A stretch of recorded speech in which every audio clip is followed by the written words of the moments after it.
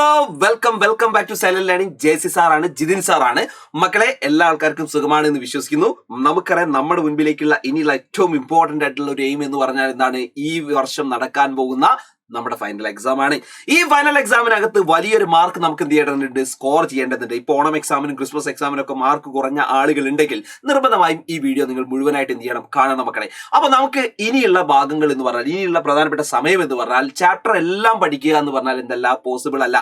അപ്പൊ അതിനകത്ത് ഏതൊക്കെ ഇമ്പോർട്ടന്റ് ആയിട്ടുള്ള കാര്യങ്ങൾ എന്ത് ചെയ്യണം? പഠിക്കണം. അതിനകത്ത് ഏറ്റവും ഇമ്പോർട്ടന്റ് ആയിട്ട് വരാവുന്ന ചില ചാപ്റ്ററുകൾ ഉണ്ട്.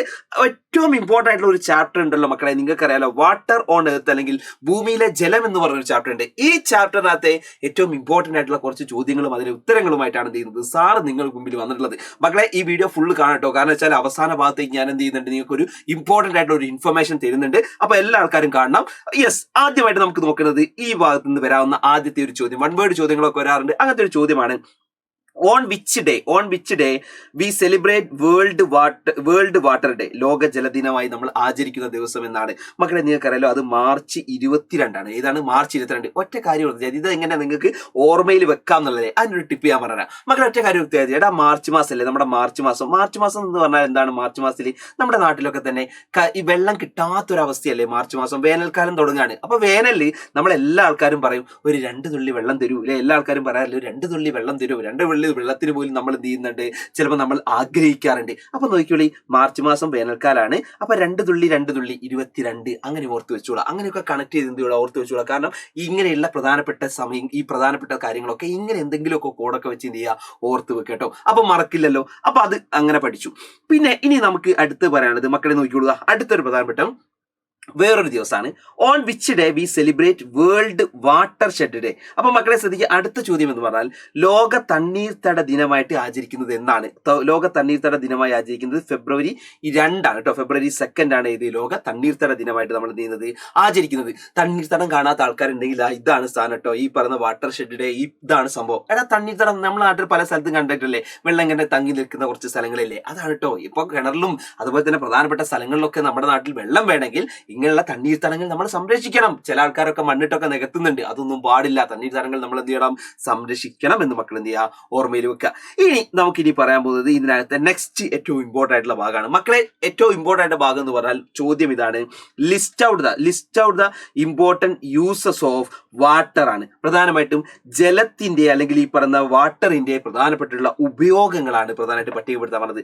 മക്കളെ, ഒന്നാമത്തെ നോക്കിയോളൂ. ഒന്നാമത്തത് അഗ്രികൾച്ചർ പർപ്പസ് അല്ലെങ്കിൽ കൃഷി ആവശ്യത്തിന് നമ്മൾ ഉപയോഗിക്കാറുണ്ട്.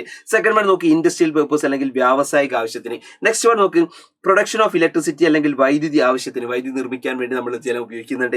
പിന്നെ നോക്ക് ഡൊമസ്റ്റിക് പർപ്പസ് ഉണ്ട്, ഈ പറയുന്ന ഗാർഹിക ആവശ്യത്തിനുണ്ട്. ലാസ്റ്റ് വൺ നിങ്ങൾ നോക്ക് വാട്ടർ ട്രാൻസ്പോർട്ട്, അതുപോലെ ജലഗതാഗതം. അപ്പൊ ഇത്രയും പ്രധാനപ്പെട്ട ആവശ്യങ്ങൾക്കാണ് ജലം നമ്മൾ ഉപയോഗിക്കുന്നത്. നമുക്കതൊന്ന് കണ്ടാലോ? ഒന്ന് ഡൊമസ്റ്റിക് പർപ്പസ് അല്ലെങ്കിൽ ഗാർഹിക ആവശ്യം. ഇതാണ് മക്കളെ നമ്മുടെ വീട്ടിലൊക്കെ സാധാരണ നമ്മൾ ഉപയോഗിക്കുന്നില്ലടാ, അത് തന്നെയാണ് ഡൊമസ്റ്റിക് പർപ്പസ് എന്ന് പറയുന്നത്. ഇനി സെക്കൻഡ് വൺ അഗ്രികൾച്ചർ പർപ്പസ്, കൃഷി ആവശ്യത്തിന് വേണ്ടി, കൃഷിക്ക് വേണ്ടി നമ്മൾ ഇതുപോലെ തന്നെ ഉപയോഗിക്കുന്നില്ലേ വെള്ളം? അതാണ് എല്ലാവർക്കും അറിയുന്നതാണ്. ഇനി അതേപോലെ തന്നെ ഇൻഡസ്ട്രിയൽ പർപ്പസ് ആണ്, വ്യാവസായിക ആവശ്യം. ചില ആൾക്കാർക്ക് സംശയം ഉണ്ടാകും, സാറേ വ്യാവസായിക ആവശ്യത്തിന് എങ്ങനെയാണ് വെള്ളം ഉപയോഗിക്കുക? ഒരൊറ്റ ഉദാഹരണം പറയണം. നമുക്കിപ്പോൾ അയേൺ ആൻഡ് സ്റ്റീൽ ഇൻഡസ്ട്രി, അതായത് ഇരുമ്പുരുക്ക് ശാല നമ്മൾ എന്ത് ചെയ്യാണ്? ഇതുപോലെ തന്നെ കാണുന്നുണ്ട്. ഒരു ഇരുമ്പുരുക്ക് ശാലയ്ക്കകത്ത് ഈ ഇരുമ്പുരുക്ക് ശാല പ്രവർത്തിക്കണമെങ്കിൽ അവിടെ എന്ത് വേണം? വെള്ളം വേണം. കാരണം ഇരുമ്പൊക്കെ തന്നെ നമ്മൾ പഴിപ്പിച്ചെടുത്തു കഴിഞ്ഞാൽ അത് തണുപ്പിക്കാൻ നമ്മൾ എന്താ ഉപയോഗിക്കുക? വെള്ളമല്ലേ നമ്മൾ ഉപയോഗിക്കുക. അങ്ങനെ വെള്ളം വേണം. അപ്പൊ വ്യവസായ ആവശ്യത്തിന് എന്ത് വേണം?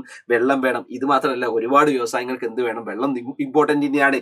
ഇനി അതുകൂടാതെ നെക്സ്റ്റ് വൺ നോക്കിയോളൂ, പ്രൊഡക്ഷൻ ഓഫ് ഇലക്ട്രിസിറ്റി അല്ലെങ്കിൽ വൈദ്യുതി ഉപയോഗം. നോക്ക് മക്കളെ, ഡാം കണ്ടില്ലേ? കേരളത്തിനകത്ത് ഒരുപാട് ഡാമുകളില്ലേ? ഈ ഡാമുകളിലൊക്കെ ഉള്ള വെള്ളം ഉപയോഗിച്ചിട്ടല്ലേ നമ്മൾ വൈദ്യുതി ഉണ്ടാക്കുന്നതില്ലേ? അങ്ങനെയല്ലേ നമുക്ക് ഇലക്ട്രിസിറ്റി കിട്ടുന്നത്? അതിന് നമുക്ക് എന്ത് വേണം? ജലം വേണം. അപ്പൊ ഇമ്പോർട്ടൻസ് ആലോചിച്ചോളൂ, എത്ര ഇമ്പോർട്ടൻസ് ആണ്. പിന്നെ നോക്ക് മക്കളെ, ട്രാൻസ്പോർട്ടേഷൻ ആണ്, വാട്ടർ ട്രാൻസ്പോർട്ട്. മക്കളെ, നിങ്ങൾ നോക്ക്, പ്രധാനമായിട്ട് നമ്മൾ ഈ പറയുന്ന കായലുകളിൽ, നമ്മൾ ഈ പറയുന്ന കേരളത്തിൽ തന്നെ ഒരുപാട് കായലുകളെയും ഒക്കെ കേന്ദ്രീകരിച്ചുകൊണ്ട് ബോട്ടുകളും അതുപോലെ തന്നെ മറ്റുള്ള പ്രധാനപ്പെട്ട സർവീസുകളൊക്കെ നമ്മൾ നടത്തുന്നുണ്ട്. അതൊക്കെ എന്താണ്? ഈ പറഞ്ഞിട്ടുള്ള ഇമ്പോർട്ടന്റ് ആയിട്ട് വാട്ടർ സർവീസിന് എക്സാമ്പിൾ ആണ്. ഇത് നിങ്ങൾക്ക് കാണാൻ വേണ്ടി പറ്റുന്നുണ്ട്. നമ്മുടെ കൊച്ചിയിലുള്ള കൊച്ചി വാട്ടർ മെട്രോ ആണ് അല്ലേ? അതൊക്കെ എന്താണ്?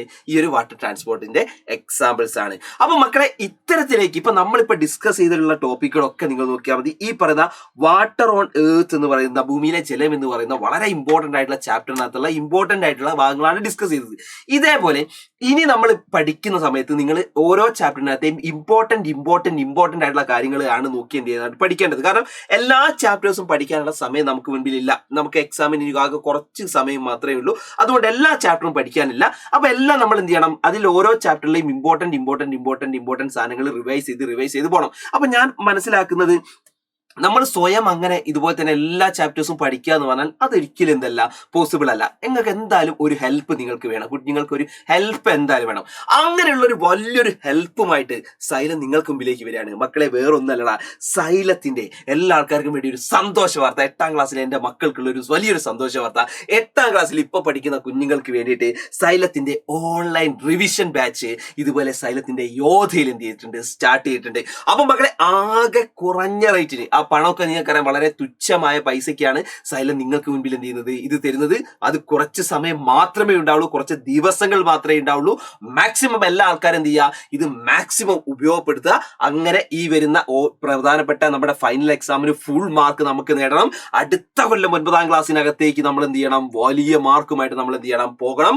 സോ മക്കൾസ്, എല്ലാ ആൾക്കാരും ഇതുപോലെ തന്നെ ഈ ഒരു കോഴ്സിനകത്തേക്ക് ജോയിൻ ചെയ്യുമെന്ന് പ്രതീക്ഷിക്കുന്നു. അപ്പൊ നിങ്ങൾക്ക് വീഡിയോ ഇഷ്ടപ്പെട്ട ആൾക്കാരാണെങ്കിൽ, ആദ്യമായിട്ടാണ് ഈ ചാനൽ കാണുന്നതെങ്കിൽ നിർബന്ധമായിട്ടും ഈ ചാനൽ സബ്സ്ക്രൈബ് ചെയ്യണം.